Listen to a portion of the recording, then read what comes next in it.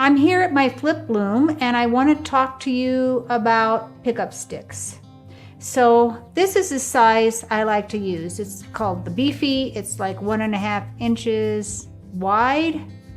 And the reason why is, if you see here, see how big that shed is?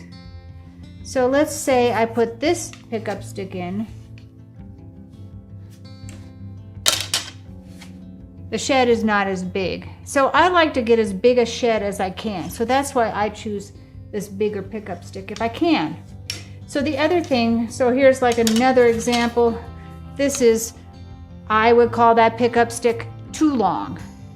So I like a pickup stick to be sticking out just a little bit from my warp width, so it's easy to turn with my hands. This becomes kind of long and unwieldy. So this would be my choice here. Then how about shuttles?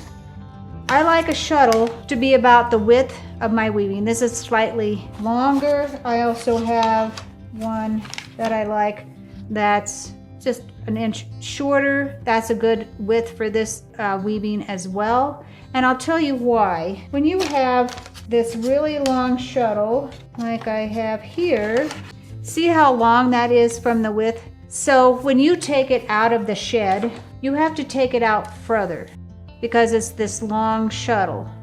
And also then you have longer threads hanging off the end that you don't need.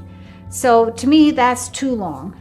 And then this one, that's not too bad. This would be too short. So what I find when I have a shuttle that's too short, I find that I'm dipping and catching threads inside the shed because you can't really see as well. So when you have a shuttle that's the right length, it's gonna go through the shed very well, and you're not gonna have to go out real far to take it out of the shed.